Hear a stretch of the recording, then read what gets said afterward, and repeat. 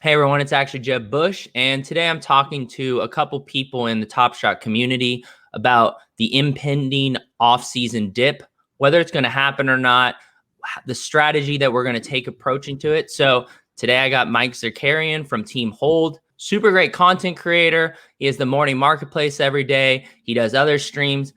Super insightful. If you want any type of entertainment value with your Top Shot information, I cannot recommend him enough. So, Mike, thanks for joining me. I think we can wrap there. I think we just like cut that and yeah, just post that out there right there. I love that intro. No, thanks for having me on, man. We appreciate all the stuff that you're doing, both like in the Discord and on the YouTube. So it's cool to do this, and for me to be on the right side of the screen versus the left side of the screen, I'm down. Yeah, it's a big change for both of us. I'm not used to this position, so hopefully I don't mess it up. That's gonna be great.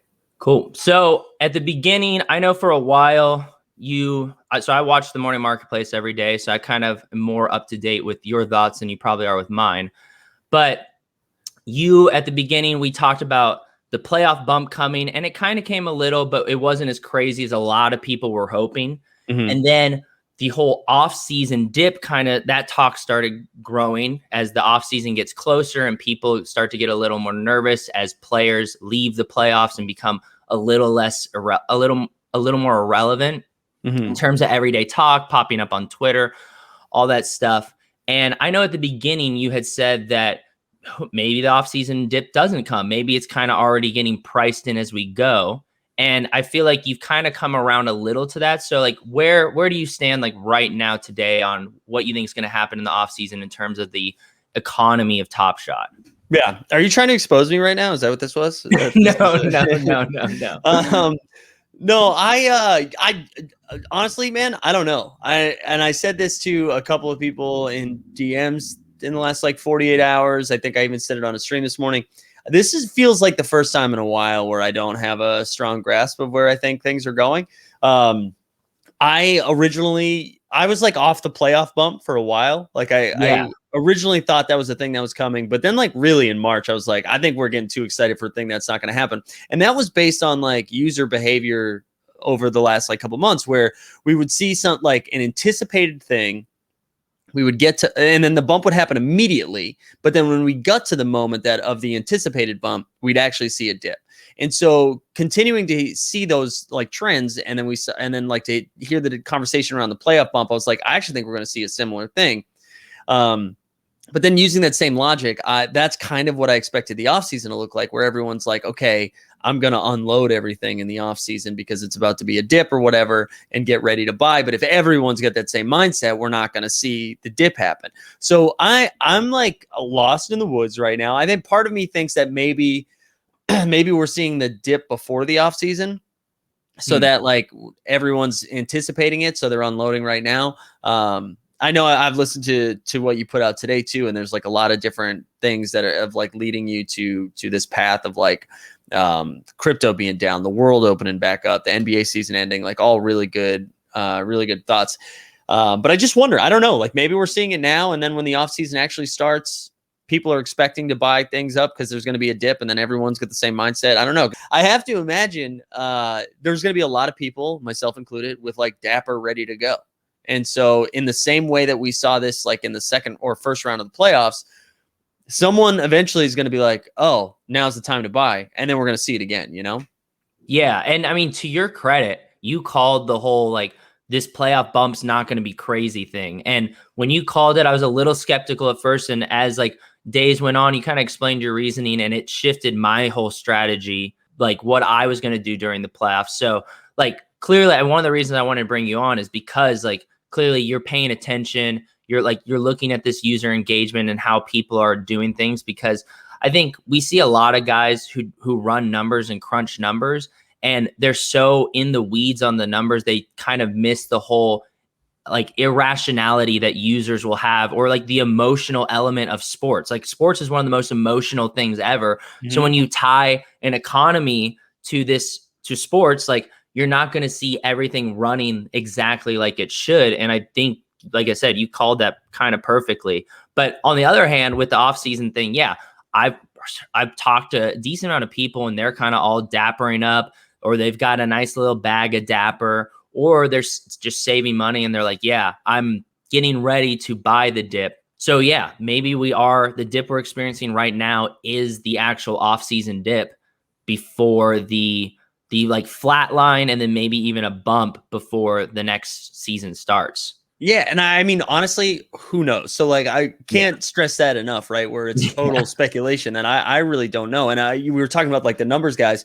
There are people that do some really sharp analysis and break things down in a way that my brain doesn't work like that. But I think like no matter, and I'm not saying like theory over data, but I do think like it's hard to, in building those projections, it's hard to build in the like an office hours gone weird, right? Because we've seen this happen 2 times in a month where like we had a really positive office hours and then everyone, myself included, started buying stuff. And like we didn't really get that much new information. Like it was stuff that we were all speculating anyways, but still we hear the information, we buy it up. And then we see it again this past week where in office hours that was, I would say, was not super sharp or super clear, whatever we want to call it. And then everybody lost their goddamn mind. And they were like, oh, I guess we got to sell everything now. So it's hard to put that into projections, right? Where like the littlest bit of information, everybody freaks out. Yeah. And I think that's actually a really good point, because I think people that are really into Top Shot are so like, oh, I got to be ahead of the curve because like I'm early still, and the more I'm ahead of the curve, the better my position is long term. That we do overreact to like any of this stuff happening, because like you saw when we know collector scores is going to continue to get more and more complex, and it's going to change. And the massive volatility we've seen in the market when collector score announcements happen is like insane. Like that whole fiasco with Own the Moment, how they were like, you were seeing all these bottlenecks that are identified that we were going from like $50 to $200 and people were buying at 200.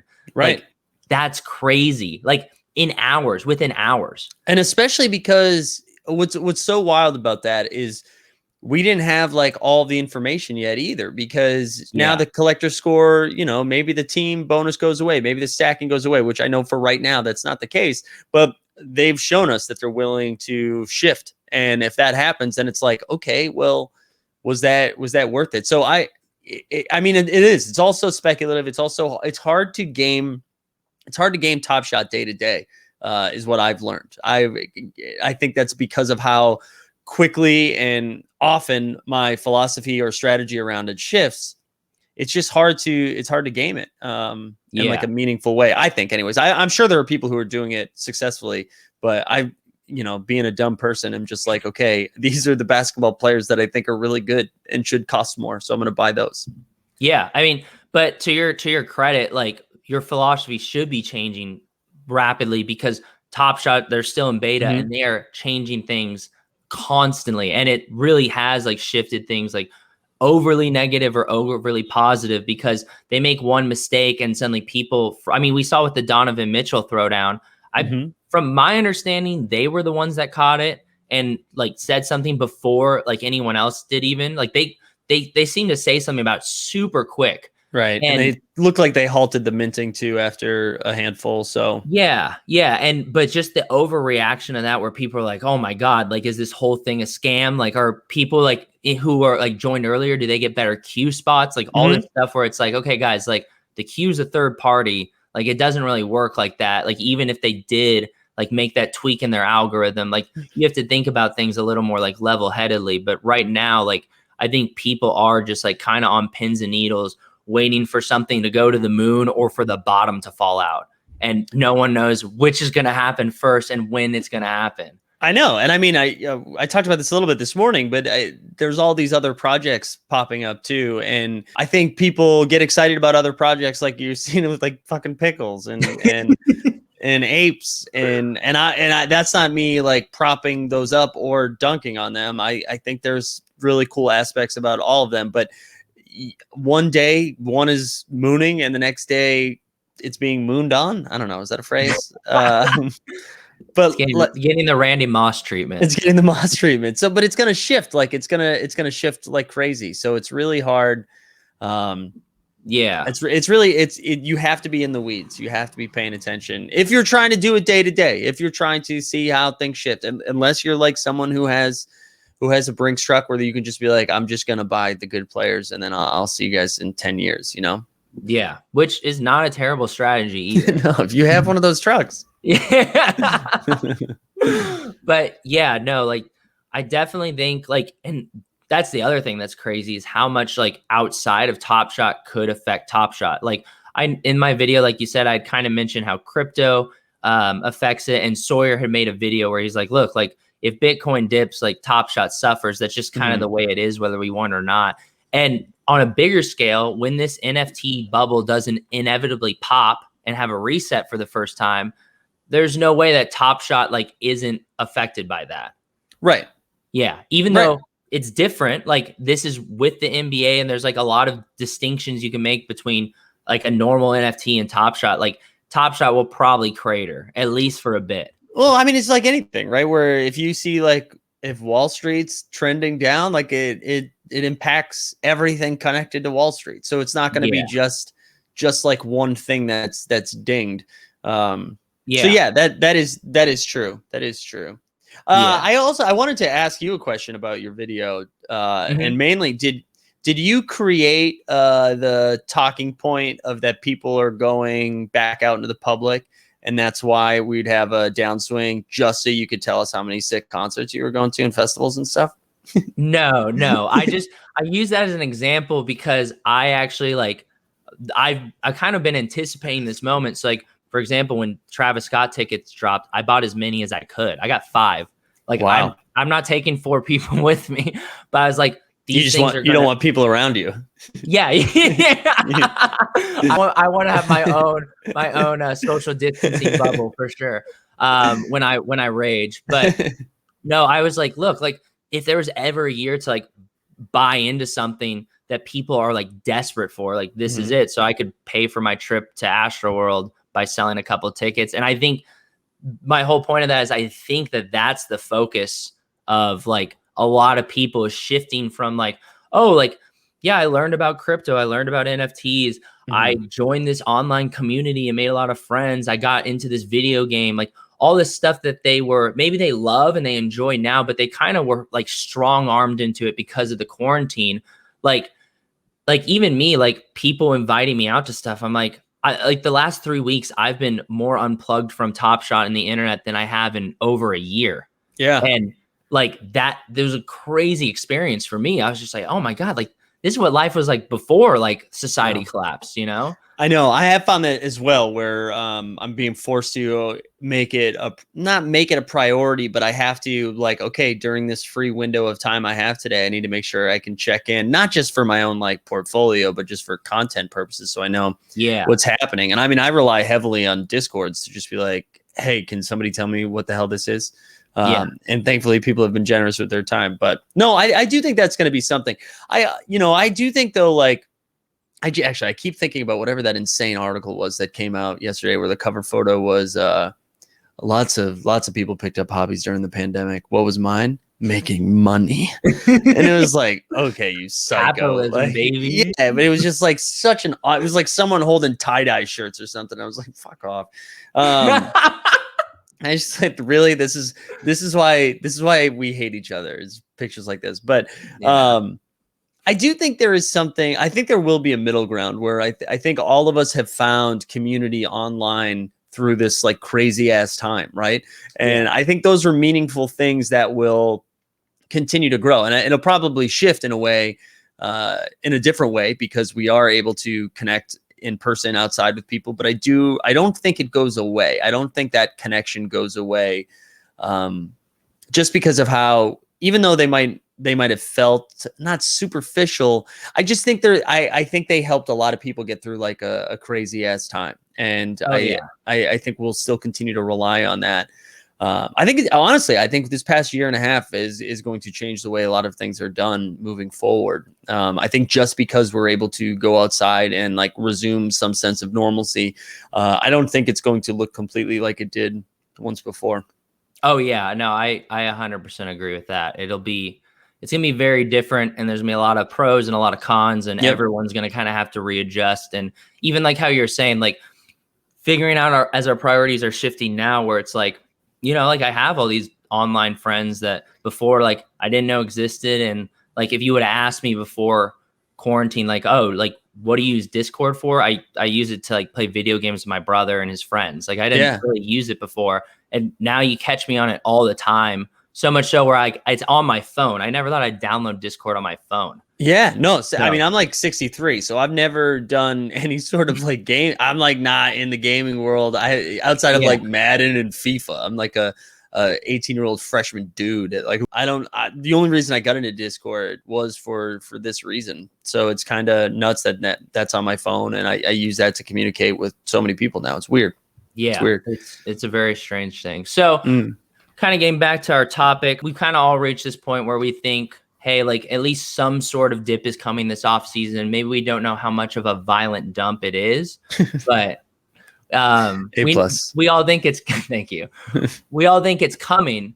And how has your strategy shifted maybe a little? I know you've kind of already said you're stacking up Dapper, and you were kind of doing that during the playoffs already, but like what are you looking for your indicator on like, okay, here's the time I want to buy, and what are you looking for specifically? Like, do you have a wish list? Do you have a category, et cetera, et cetera? Yeah, I mean, it's funny. There's been a lot of discourse lately around how like Series 1 is still good, but it's not good to get right now because of the people who it's a small percentage of people that have most of the Series 1 moments, which I get. I totally get that, but that's where my mind is. Like where I think 10 years from now, those are the things that are the most valuable. So I'm still going to be doing that.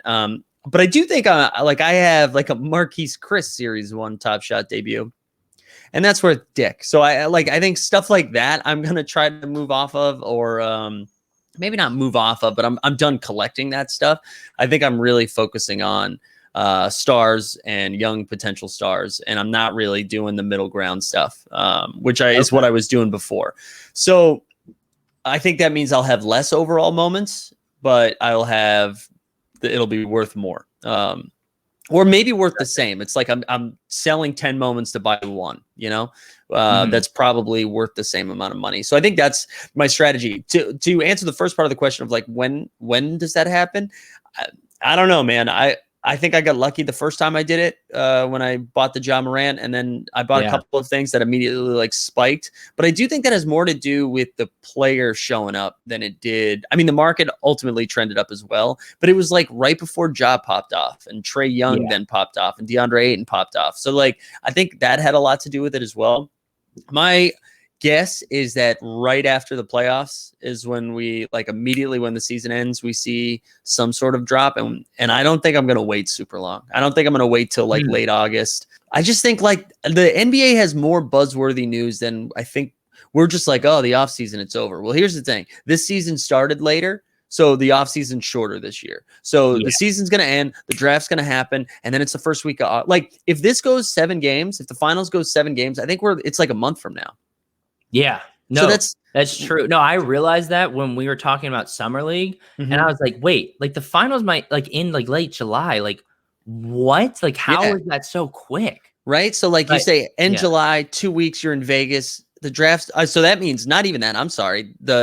The finals happen. The draft is immediately after the finals, and then bang, Summer League happens, and then we're in training camp in September, and the season's supposed to start. We're at its normal time. So like all of a sudden we're back, and that's not including like free agency and all the buzz around free agencies and teams moving around and then run it back. So I do think there's more out there that's going to keep the discourse happening. So I'm less likely to buy into the dip because the season's over, but the other factors speak to me a little bit more of like crypto dropping, real life happening, Top Shot just infuriating people with information. So like that stuff sticks out to me more than like, oh, the season's over. Because I don't see it that because you could say that shit with the NFL, but like we're still like NFL Live still happens 5 days a week or whatever. You know what I mean? Like the conversation's still that like KD's gonna tweet at Michael Rappaport, and all of a sudden we're KD's movement or something like that. So it's a good point. Yeah. Yeah. I guess that's actually really interesting that you kind of point that out, because for me, that was the one thing I was wondering is if are we going to see like a steady decline, or are we legitimately just going to kind of see a plateau because things just aren't moving, and we'll see a dip every now and then because there are certain people who are like, oh, I want to exit. Like I want to use this money elsewhere. But yeah, that's a good point. It is so short. Like the NBA is probably, in my opinion, they're the best at like social media and like kind of like this generation and captivating their attention from like on a team level, on a player level, and on like an organization level. Like just the fact that the NBA was the first people to be like, oh, like let's get into NFTs super early, like before they were ahead of the curve somehow. Yeah. Like that's really impressive. While you see like the NFL and like the World Poker Tour, whatever NFTs you're buying, like they're trying to throw something together to like catch up. Right. So maybe even the NBA like uses this off season to be like, hey, like we don't have NBA games to promote. Like let's start pushing Top Shot a little more. Right. Yeah. I mean, that's a perfect example, because the thing I was going to say next was that, the concern that you'd have with the offseason is that maybe we're not seeing as many new members join, right? Like that stream of new people might slow down a little bit. But then, like, what I don't understand is people who are already into Top Shot who are like, oh man, the finals is over, time to unload my moments. Like, what the fuck were you doing? Like why would the end of the season, which we know happens every year, why would that be the thing that you're like, got to get out now? Like, do you know what I mean? So like, that to me doesn't make sense, but I'm also not someone who would make sense of it. So there could be reasons behind it. I don't see that as an indicator. So my argument for that would be like, let's say you're someone who's a crypto person, you got in early, you're carrying a big amount of moments. Like, especially if you're someone who's like really into crypto, like these people are trying to like constantly increase their crypto or their like their like value. So they might have gone into Top Shot to be like, oh, there's a big value increase here, but hey, the off season, the dip's coming. I'm selling, I'm moving everything back into crypto, and then I'll come back a different time. Like I'll keep my eye on Top Shot or something like that. That makes more sense for me. Or like I said before, people just being like, hey, I want to go to this festival. I want to go to Coachella. Like it's going to cost me like this much for an Airbnb, this much for tickets, like all this stuff. Like I don't have like 2,000, 3,000 sitting around, but I do have that in moments. Like, let me just sell that and go do this with my friends. Well, I mean, that's even the conversation that I started in the Discord like a week ago with the Game 7 Bucks Nets game, where I was like, would you rather have there's like a motorcycle backfiring out here. Would you rather have the Ja Morant Top Shot debut or floor seats for Game 7 Bucks Nets? And like, so you're right. Those kind of moments or those kind of conversations, I'm sure lots of people would choose the experience over that or choose another investment over that. And that's what you're right. That makes more sense to me. Yeah. So yeah, it'll be really interesting to see what happens right after the finals and then see what happens like a week or two after the finals. And I think personally, that's going to kind of dictate exactly like what happens for the rest of the time. Right. And we'll see like little bumps because they'll be like, oh, like you have to have this collector score for Run It backpacks. And suddenly people like go buy up the floor and we see that jump. But overall, I think those first 2 weeks really kind of will dictate like the long-term off season. I think so too. Yeah, it'll be interesting though, because like I personally didn't think of the fact that you pointed out of how short it's going to be. Yeah, it's gonna be a quick off season. I was like, oh, like we could look at this and really use it as kind of a case study for next off season, but I don't think so at all. Like this is just like February, March was like kind of a once in a lifetime thing, probably, where things just skyrocketed so quickly. This off season might be similar, where it's like in its own like bubble, and it really won't dictate anything. And maybe, and I once again, this is changing kind of a couple of my thoughts, because maybe they don't leave beta when Series 3 starts because they don't have enough runway to get all this stuff on the back end that they want done. Especially because you pointed out too, like how much growth they've had as a company and with like just employees and sheer numbers. They really don't have as much time while they're also continuing to try to like roll stuff out now, like with like the run it backs or like the finals packs and Yeah. all of those things. So yeah, it'll be interesting. And you're right. Like, I don't, maybe that's just me spewing and that's not the case. Right. And they have plenty to, I don't know. Who knows? We'll see. Yeah, no, like as a software developer, we recently hired one new guy on our company, and it was, well, I wouldn't call it a nightmare, but it was a lot of work to be like, hey, like here's all this code that you have to be aware of. You can't change this because that affects like all of this. Like there's so many moving parts, and we're a smaller company. Imagining, and this was one guy. Imagine if you double, triple your developer team and be like, hey, this is a new product. We're constantly changing everything about it. Like you need to catch up and keep up, and we all need to be in sync, rolling out all this stuff. Like it's crazy.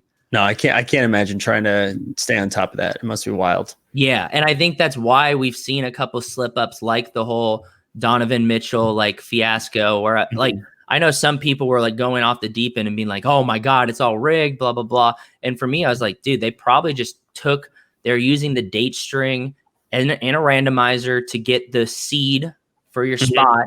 And they didn't test with date strings that were from 2020. They just tested like back a certain point, because you saw those first ones go up and they were all like aligned, and then suddenly went random. And it's like, they were trying to push this out, and they just didn't think of one test case and like look at this massive fiasco. And stuff like that's still going to happen when you're in like when you're doubling, tripling your team, and you're bringing in people that they're hiring people that are supposed to be like senior software developers. Right. So those are the people like at the top who are supposed to have the most knowledge and like be overlooking several projects, which is like a lot of overhead, like bringing someone on like that. Yeah. No. So makes sense. It makes sense. Yeah. I that whole thing I didn't think was I didn't think it was malicious, but I thought it was stupid. Yeah. It was an unfortunate mistake. Yeah, it was. I think it was an oversight that, like, in which you can't, like, when it happens once, it happens once. But if it's like a 2 or 3, 4 time thing, people start losing trust, and then it becomes an issue. So that's why it's stupid. Similar to the on the moment thing, which you don't even need to put any on the moment conversation in this video. But like same thing, where it's just like I don't think it was malicious, but it was stupid. It was so stupid. So that's kind of how I feel about that. Yeah, no, I 100% agree. And it just comes down to like them finding a balance between like, hey, we want to get all this new stuff out and do all this stuff. Cause I mean, right now they are throwing everything at the wall. There's like, here's 30 challenges. Here's 2 quests. Here's like these new packs. Here's this new requirement. Hey, we're tweaking collector score. Like they are like pushing super hard right now, because they're like, this is the last time probably until next season we have this much user engagement, this many test cases happening at once. Like we've got to really push. And like when you do that, obviously like things slip through, and that was the case for that. Yep. So totally. Yeah. And who knows, that might even set them back in terms of their roadmap a bit, and things like that. If something like that happens again in the off season, kind of bringing it all the way back around, like that could have a much more drastic effect than when it happened now. And they're like, hey, there's 3 other challenges to distract you. Right. Like, right. If that happens in the off season, they're like, oh, we just kind of got to sit with this. Right. Because it's the only thing we're seeing. Yeah. That's a great point. Great point. So we might actually see like even some more like extra volatility, because there won't be any good news to counter that possible bad news. So that could be interesting too. It's a great point. Yeah. Okay, well, I feel like we got a lot talked about. I feel like we did a lot. Yeah, so really appreciate you taking the time to talk about this, Mike. I hope for all you guys watching that you guys got something out of this. Feel free to leave a comment what you thought about our strategies or lack of strategy. And thanks, everyone.